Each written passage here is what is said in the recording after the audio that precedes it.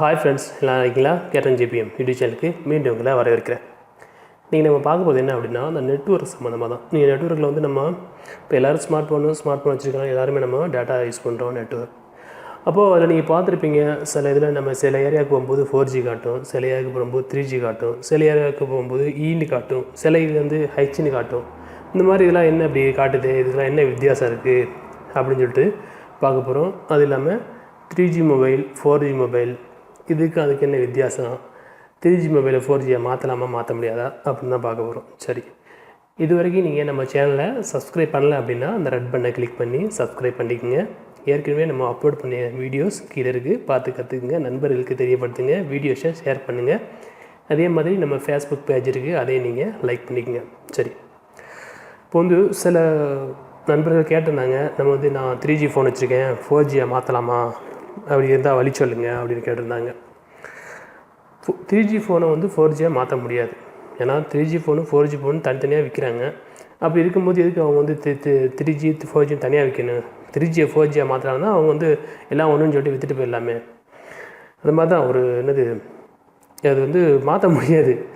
ஏன்னா 3G signal எடுக்கிற அளவு கெப்பாசிட்டி தான் அந்த ஃபோனில் இருக்கும். 4G சிக்னல் வந்து அதை விட ஸ்பீடு, அந்த கெப்பாசிட்டி அந்த ஃபோனில் இருக்காது. ஆனால் நீங்கள் 4G ஃபோன் வச்சுருந்தீங்க அப்படின்னா அது வந்து 3G ஃபோனு 3G நெட்வொர்க்கு வேலை செய்யும். ஆனால் 3G வச்சுட்டு நீங்கள் 4G எடுக்குமானா எடுக்காது. ஏன்னா இப்போ வந்து நம்ம ஜியோ சிம் வந்ததுக்கப்புறம் ஜியோ வந்து 4Gக்கு தான் நாங்கள் ஃப்ரீயாக கொடுக்குறோம் அப்படி இப்படின்னு சொல்லிட்டு ஃபஸ்ட்லேயே அவங்க அட்வைஸ் பண்ணனால எல்லாருமே அப்புறமா தான் யோசிக்கிறாங்க, என்ன 4Gயா, நம்மகிட்ட என்ன சிம் இருக்குது, என்ன செல் இருக்குது அப்படின்ட்டு. அப்போது 4G செல் இருந்தால் ஃப்ரீயாக நெட் யூஸ் பண்ணலாமே அப்படிங்கிறதுக்காக மக்கள் என்ன பண்ணுறது, அப்போ என்கிட்ட 3G செல்லு தான் இருக்குது, அது 4G மாற்றவே முடியாது. ஒரு பழைய காரை வந்து புது காராக மாற்ற முடியாது. பாயிண்ட் தான் அடிக்கலாமே தவிர அதில் உள்ள இன்ஜினியெலாம் மாற்றினா தான் மாற்ற முடியும். அதனால் வந்து அது வேஸ்ட்டு.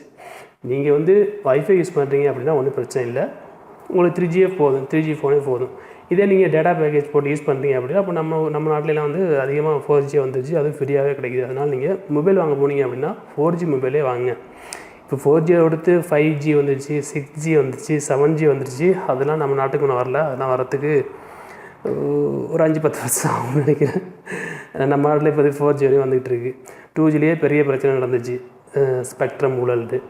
அப்படி இருக்கனால நீங்கள் மொபைல் வாங்கும்போது 4G வாங்கிக்கோங்க. சரி, இப்போ என்ன பார்க்க போகிறோம் அப்படின்னா, நம்ம வாங்கி நெட் யூஸ் பண்ணும்போது அதில் வந்து சில இடத்துல நீங்கள் பார்த்துருப்பீங்க G அப்படின்ட்டு இருக்கும் சிக்னல். அந்த சிக்னல் ஸ்ட்ரென்த் இருக்குதுல, அந்த டவர் இது காட்டுறது, அதில் பார்த்தீங்கன்னா காட்டும் G அப்படின்ட்டு இருக்கும். ஜின்னா என்ன, அது எந்த ஸ்பீடில் வேலை செய்யும் அப்படின்னா, ஜிங்கிறது வந்து GPRS. அது வந்து 2G மாதிரி தான், ரொம்ப ஸ்லோவாக தான் அந்த நெட்டு வேலை செய்யும், ரொம்ப ஸ்லோவாக இருக்கும். அடுத்து நீங்கள் பார்த்துருப்பீங்க E அப்படின்னு காட்டும், அந்த சிக்னல் பக்கத்தில் ஈன்னு இருக்கும். E அப்படின்னா என்னென்னா எட்ஜ். அது வந்து 2Gயை விட கொஞ்சம் கூட, 2.5 வச்சுக்கலாம், 2.5 ஜிபின்னு வச்சுக்கலாம். அது வந்து 2Gயோட கொஞ்சம் ஸ்பீடாக வேலை செய்யும், ஆனால் அது 3Gயோட கம்மி. அடுத்து 3G அது 3rd generation, 4G 4th generation. அதெல்லாம் நல்லா ஹை ஸ்பீடாக இருக்கும். 3Gயை விட 4G ரொம்ப ஹை ஸ்பீடாக இருக்கும். சில இதில் நீங்கள் பார்த்தீங்க அப்படின்னா H அப்படின்னு இருக்கும், ஹெச்ன்னு சொல்லிட்டு அந்த டவர் பக்கத்தில் இருக்கும். அப்படின்னா என்னென்னா HSDPA அப்படின்னு அதுக்கு விளக்கம் கொடுக்குறாங்க. இது வந்து 3Gயை விட கொஞ்சம் ஸ்பீடாக வேலை செய்யும். இந்த ஹெச்ங்கிறது வந்து 3Gயை விட கொஞ்சம் கூட வேலை செய்யும், அப்படின்னா ஸ்பீடாக இருக்கும். அதே மாதிரி H+ அப்படின்னு வந்துருக்கும். நம்ம 4G சிம்லாம் போட்டிருந்தோம் அப்படின்னா சில நேரத்தில் நமக்கு H+ தான் வரும், சில இடத்துல H வரும். சில நேரங்களில் பார்த்தோம் அப்படின்னா என்னென்னா H+ அப்படின்னு சொல்லிட்டு வரும். H+ அப்படின்னா என்னென்னா H-ஐ விட கூட. அந்த H-க்கு என்ன பார்த்தோம் அப்படின்னா HSDPAன்றோம்ல, அதே தான் HSDPA. ஆனால் அதை விட கூட எப்படின்னா 4Gயை விட கொஞ்சம் கம்மி. Hனா வந்து 3Gயை விட கூட, H+ அப்படின்னா அதுவும் 3Gயை விட கூட தான், ஆனால் 4Gயை விட கம்மி. 4G தான் உங்களுக்கு லாஸ்ட்டாக இப்போ நம்ம நாட்டில் கிடைக்கிற நெட்வொர்க். அவ்வளோதான் நண்பர்களே, இந்த சின்ன தகவல் சொல்லலான்னு வச்சுருந்தேன்.